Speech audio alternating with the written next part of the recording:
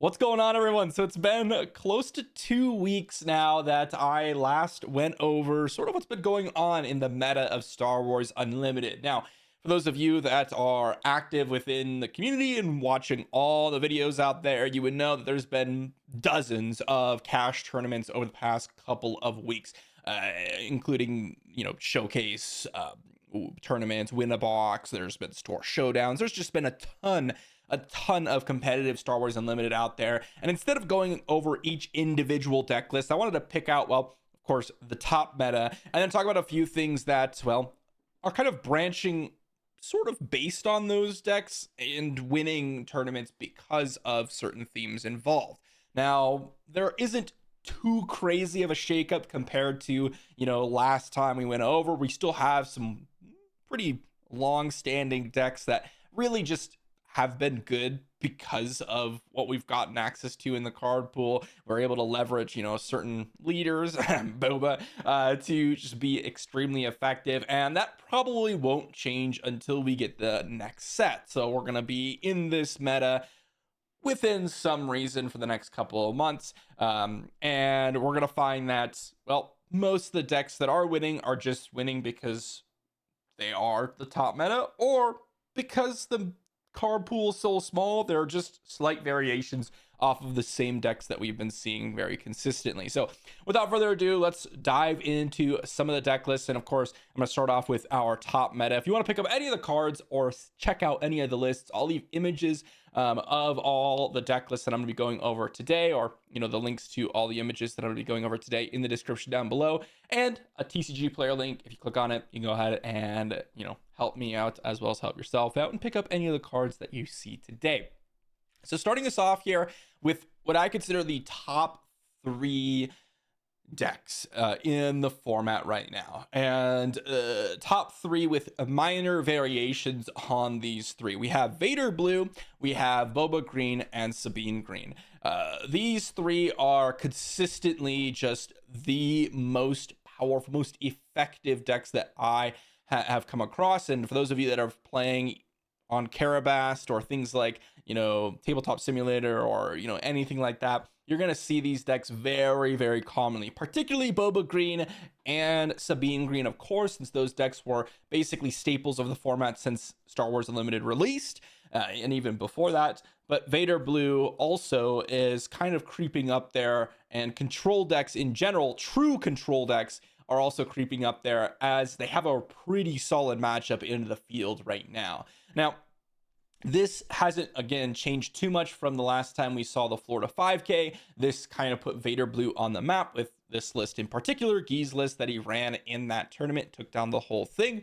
But moreover, we're starting to see variations of what I would consider, again, the true control list. The decks that are running more removal spells, more ways to control your opponent than units, where previously we were seeing like Krennic Green, Iden Green, where they're running things like Death Trooper, Scout Bike Pursuer, potentially Super Laser Tech to ramp into things, and actually playing out quite a few units. Darth Vader, since he's such a powerful unit.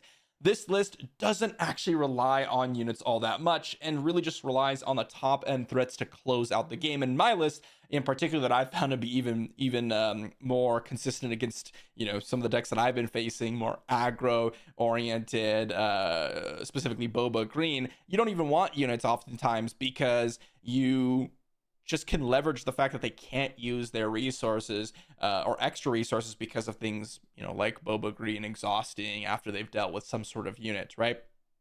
But we've seen Iden Blue, double blue Iden, whatever you want to call it, take down a cash tournament. I believe actually the person who piloted that list has actually come to comment on a few of my videos. I think his name is Sauce.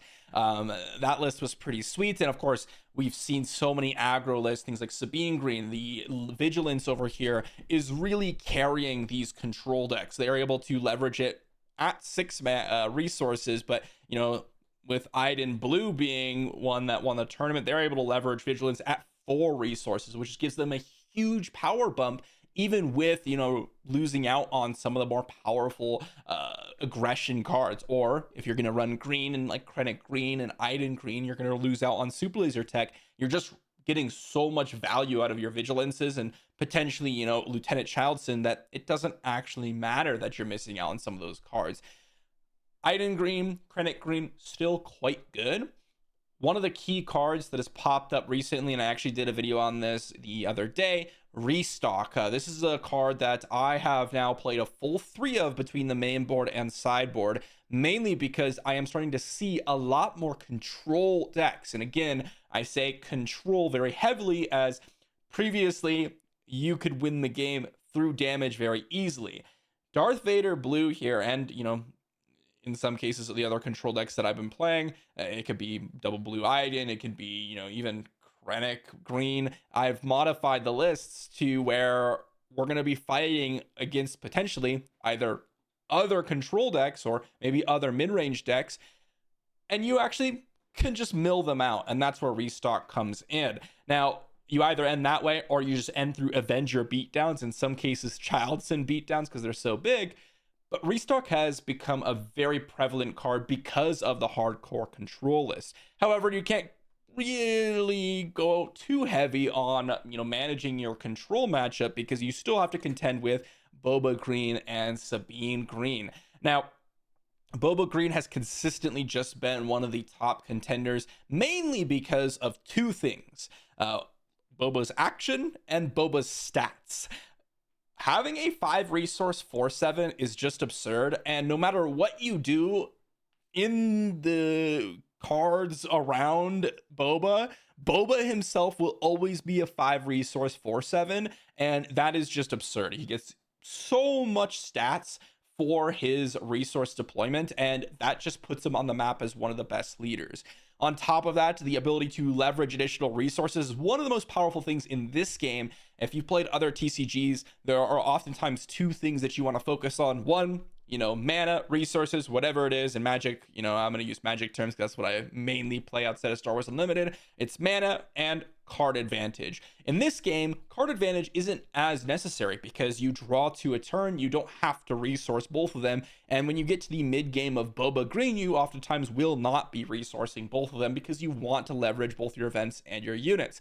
And in this case, well, the extra resources that you get means that you actually do want those extra cards, and you can actually use your full hand, which ends up being extremely powerful when you can do things, like, waylay your opponent's unit, plus ready a resource, plus ready up Boba, attack with Boba, and then you can even ECL out a Steadfast Battalion after all that, because you've ready 3 additional resources while dealing with your opponent's unit, essentially giving you something like a free waylay. But that's not all. You can actually leverage with Boba one of the more powerful cards, and this is another thing that we're starting to see: Cunning come into play. There have been a lot of Boba Green lists that weren't running Cunning. And heck, we are going to even go over a Boba yellow list that, again, is able to leverage the 4 resource Cunning. We saw this with the control decks. Being able to leverage these double aspect cards, even at 6 resources because of the aspect penalty, is going to make your deck stronger. And this is one of the core reasons as to why Boba Yellow has been performing as well as it has. The card is so powerful that we're seeing it be paid for at 6 resources. It's the same thing with Vigilance. And this is one of the things that makes me excited about the next sets, is we're going to start seeing decks that can potentially play these cards alongside more powerful, Cunning or Vigilance cards that allow them to not really take a huge hit for double aspecting. Because right now, playing a Cunning or playing double yellow Boba, for example, while it is good and it is strong, you lose out on so much because you do have to play some subpar units or subpar cards that you weren't really excited about because the card pool is so small. But seeing how powerful, Cunning is, specifically with Boba, it's, good other places, but specifically with Boba, being able to give yourself away, like potentially use those action abilities and then just get in for a lot of damage, or, potentially, control the board so you're not getting outraced. There's so many different options with Cunning, and it gives you a really, really good matchup, especially against aggro, and also against control. Just giving you +4/+0 is absurd, especially on something like Boba Fett, who you're pretty sure is not going to die. So Boba Green's still up there. in comparison to the Vader Blue, this, I think, just in general, dominates a lot of the matchups that we see generally more consistently than Vader Blue does. What Vader Blue has over Boba Green is that it's actually pretty nice to fight Boba Green because they can't leverage things like Waylay. They can't leverage things like Cunning as well. They cannot leverage things like Boss. They can't leverage things like Traitorous or Overwhelming Barrage. All of these Cartel Spacer, all of these cards that normally are pretty good aren't as good against Vader Blue. And so that's why we still see Boba Green at the top of the meta, which arguably is still the best deck in the format because of all the decks that it shapes up really well into, like Sabine Green, for example. But we're seeing a little bit of a surge of control decks because they have a relatively good matchup into Boba Green. Now, Sabine Green here is still sticking in because no matter what you do, getting underneath your opponents and just annihilating them before they have the chance to enact their game plan seems to be a very probable strategy, a very good strategy to go for in this set as well as potentially in the future sets. One of the things that makes Sabine Green more powerful than the other variants of aggro lists, right? Excluding, the Boba variants, because again, Boba just is absurd as a card, the leader itself. One of the things that this list has over the other ones is you have a 4-cost deploy leader in conjunction with ECL. Those two things make it the premier traditional aggro list, okay? ECL, or Energy Conversion Lab here, gives you the ability to not only get in a ton of damage because of the mechanic Overwhelm, also outplay your opponent to potentially give you an advantage in the aggro mirror where someone might not be running Energy Conversion Lab. But the ability to get down your leader on turn 3 is obviously something that no other leader can do, and that is one of the reasons why Sabine gets so many wins. Is you are so low to the ground in conjunction with you able to push damage with Energy Conversion Lab and Sabine's action that no other aggro list is as consistent in overwhelming your opponent. You have things like Leia Red. Well, she can't run Energy Conversion Lab. You have things like, Chirrut Red, which is a decent aggro list, but it's more upgrade focused. So it does have a big downside where if you draw too many upgrades or you don't have a unit on the battlefield, you can't leverage those. Or Grand Inquisitor. Well, yes, it actually does do reasonably well into Sabine Green. Energy Conversion Lab, however, still takes the cake as you can outplay your opponent and really decimate their board. This is still one of the most powerful decks in the format. And, well, I recently decided to swap over my Leia Red to Sabine Green to try it out in paper, and my goodness, that has been an amazing swap. Of course, I played a ton of Sabine Green on Carabas and all the online formats, but I still was sticking it out for Leia Red, but there is definitely a killer instinct with Energy Conversion Lab that you just don't get with things like Leia Red. You just have so many powerful cards in the heroism aggro strategy, in particular two that have stood the test of time and really stand out as the reasons to go into red, and one of the reasons why it's really hard to not play red when you're playing heroism, and that is For a Cause I Believe In and K2SO. You can even include red 3 as a third one in that section, as red 3 just gives you so much value. But For a Cause I Believe In and K2SO are your crucial direct damage sources. Unlike fighting Boba Green or Boba Yellow, for example, if you're playing a control deck, you really are feeling pretty confident if you get into the mid to late game and you're sitting at 18, 19 damage on the base and your board is clear. Against Sabine or against, Leia Red, I still have that fear factor because, there are things like Ewing reinforcements or home ones that can come out, deploy a K2SO or play a K2SO off that. And yeah, maybe I could deal with home one and K2SO with like a super laser blast. That still hits me for 3. They might draw For a Cause and that hits me for 4 or 3. Depending on, what list you're running in this, it can actually hit 4, 3 on if you're unlucky. I'm still fearful of my life no matter what because of how much direct damage that Sabine does have, and that gives it the game that it needs to be able to push into the top of the meta. And no other deck really has that. The direct damage and what I consider haste, of course, it's like enters ready, but the ability to ready up your unit immediately or get in damage immediately isn't really prevalent in Star Wars Unlimited. You have things like, of course, Grand Inquisitor. Sneak Attack is a kind of a cute trick.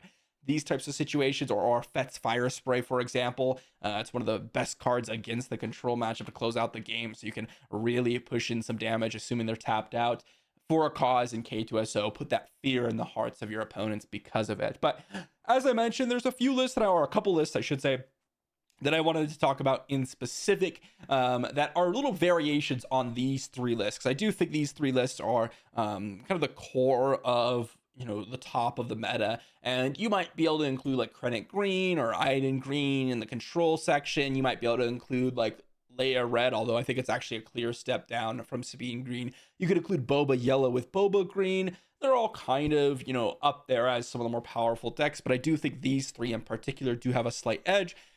This one by, KTOD, Bobby Sapphire, the GOAT of Star Wars Unlimited, potentially.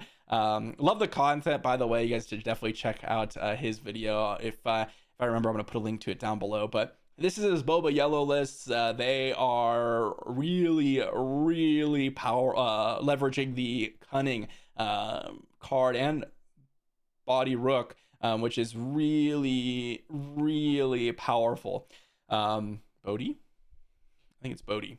I know I got flamed for it last time. I always mess up his name. But these two double aspect cards in particular, Cantina Bouncer as well, but Cunning and Bodhi are really, really powerful, especially in today's meta. Again, Cunning gives you that extremely, extremely hard push in a specific turn, potentially double Cunning the turn that Boba Fett comes down, because you have that 5 resources. You can Cunning, ready up a resource, and then because, assuming you did the, return a non-leader unit, you are able to exhaust your leader, get another resource, deploy Boba, attack, get another resource, another Cunning, which allows you to potentially bounce 2 things, exhaust multiple units, or just get in for 8 damage and do some other stuff. Or if, you're against a control matchup, one of the things that I really enjoyed doing when I was playing this Boba Yellow list was,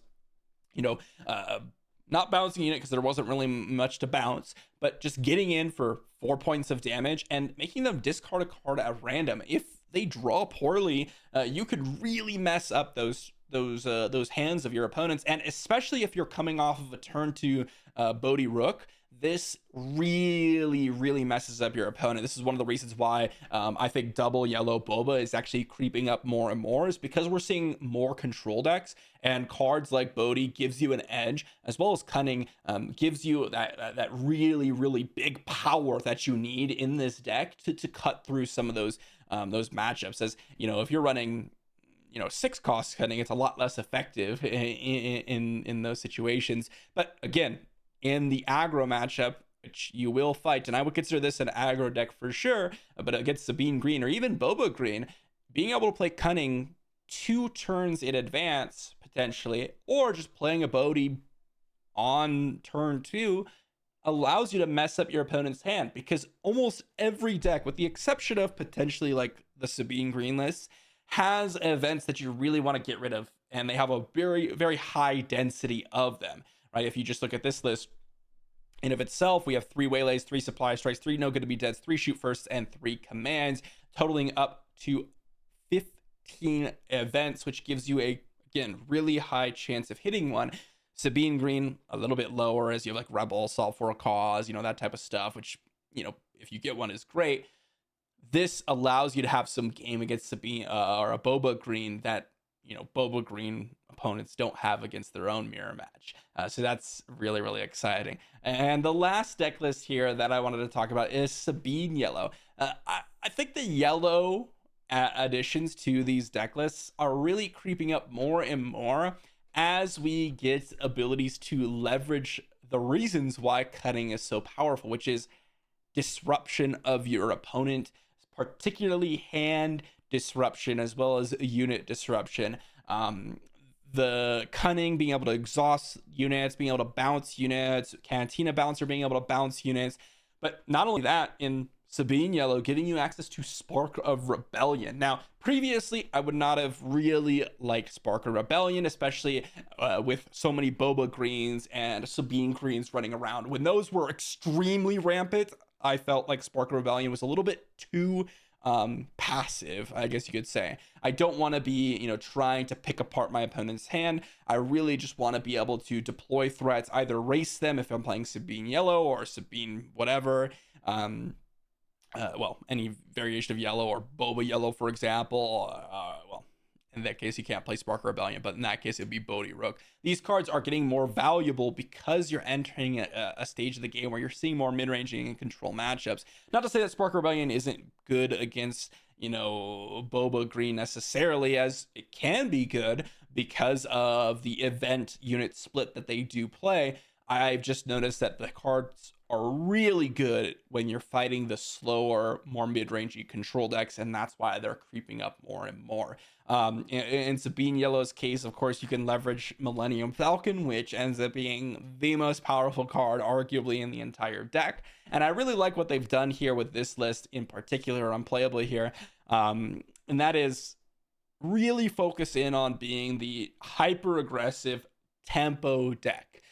So they're not even running a 30 HP base because, well, from what I found is if you're getting to 30 HP, or if that game's lasting that long, it's probably not in your favor.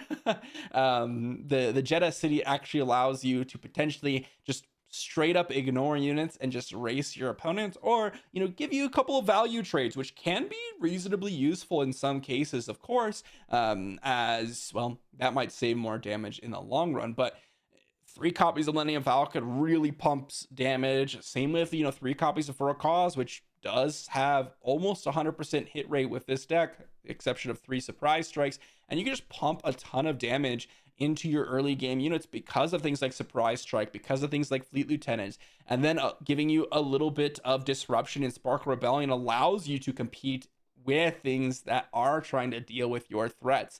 Add to that Heroic Sacrifice, which I've been running either 2 or 3 of in my aggro list, allowing you to, again, just pump as much damage as you can. One thing that I've really noticed about these hyper aggro lists is if you are fighting those more mid-range or control lists, defeating your unit is really not a downside, which might sound a little bit odd, but let's say you have one unit on the battlefield that you have Battlefield Marine turn 1.